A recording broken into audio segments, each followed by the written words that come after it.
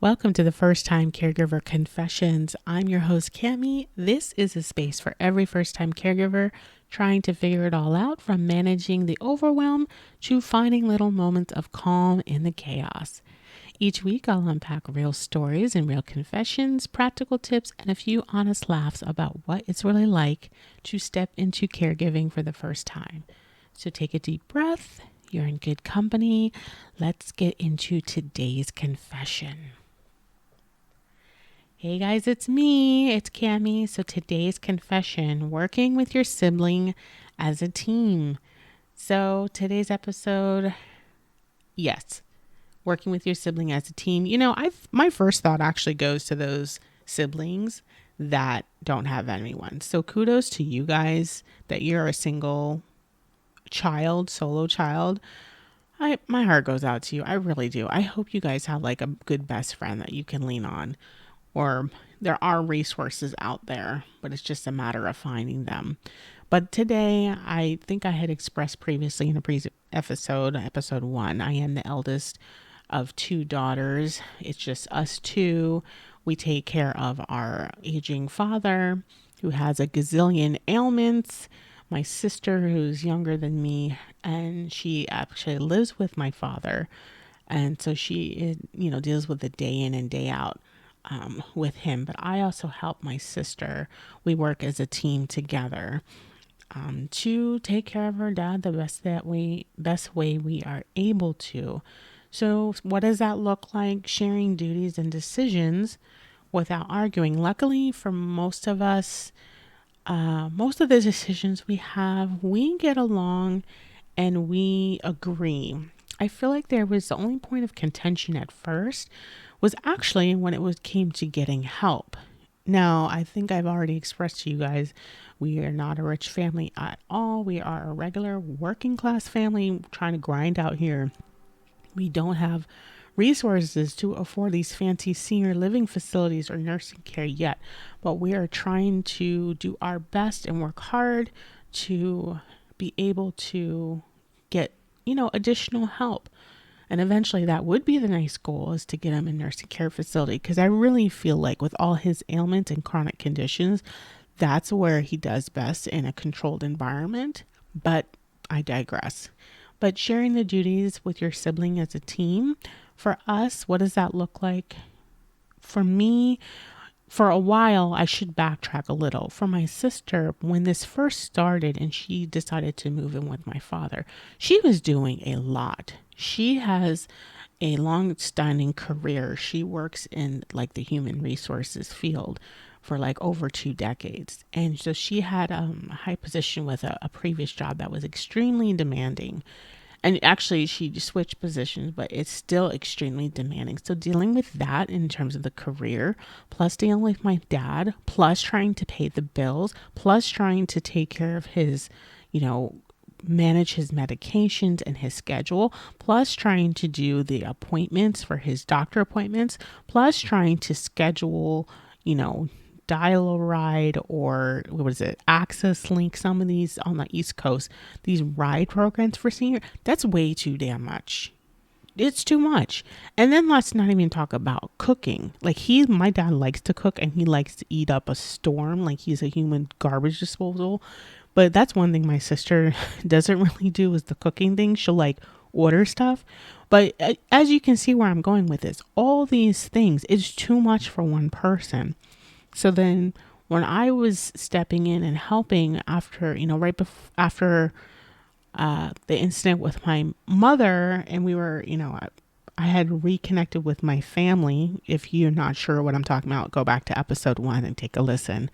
But after dealing with our mother, she has since passed, since 2020, but now taking care of my father, I was helping my sister. Like, I can take on some of these things that you don't need to do. So, taking over his ride schedule, taking over the, tracking the medications in terms of, since she lives with him, she distributes them, but I make sure that drugs he's taking, the prescription drugs he's taking, doesn't have interactions with each other. I can take over his finances and track that and make sure things are paid on time.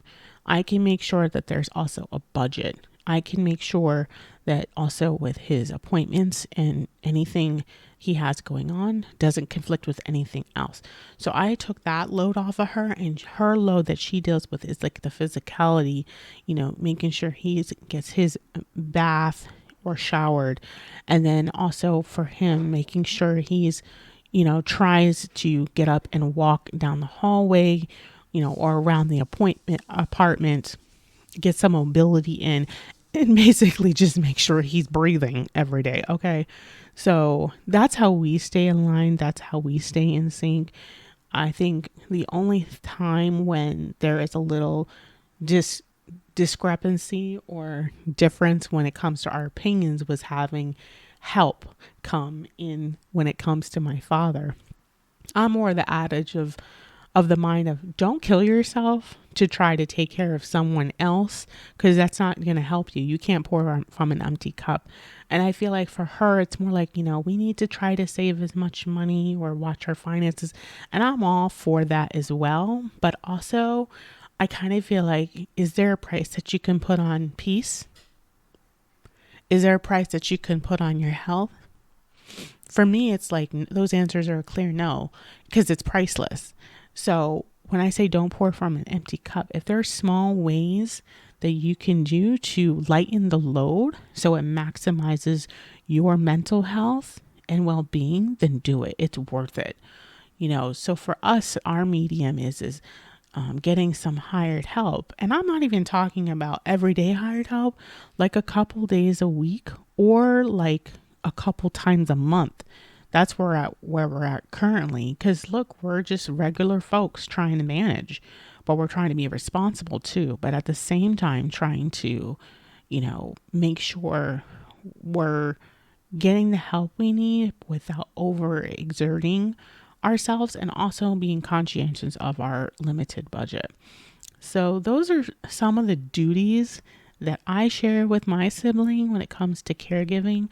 I don't know if you guys can relate to any of these things when it comes to managing either finances or appointments or medications, or managing mixing of medications, make sure they don't mix in or combine properly. Ride share programs, any of this resonates with you guys, let me know, leave a comment. And that's just how we manage so far with working together. So it's definitely challenging. I think caregiving is one of the hardest things someone may experience in their lifetime. I feel like that probably in raising children, like hand in hand. There's an old saying, my husband likes to say, there's an old saying like twice a child, once an adult, twice a child. It's so true, because now your elderly parent is at the stage of they're not thinking properly in their right mind. They're not making, thought critical thinking through their decisions. Or if you're dealing with a parent with incontinence, like literally dealing with adult diapers and incontinence, that's for a whole nother episode. But yes, it's a lot. But it does, just like they say, life shared is better with someone. When you have life, it's kind of better shared with someone. Same thing when it deals with, caregiving. It's definitely a journey, but it's also better when you can share the load, basically. So I hope this resonated with you guys. Thanks for listening to this episode of First Time Caregiver Confessions. And I hope you guys in this episode, you feel seen and supported. Please take a second to follow the show and share it with another caregiver who could use a little bit of encouragement. You can also connect with me on the website or wherever you get your podcasts, including Spotify and Apple Podcasts, to keep the conversation going. Until next time, guys, take care of yourself and remember you're doing better than you think. Take care. Bye.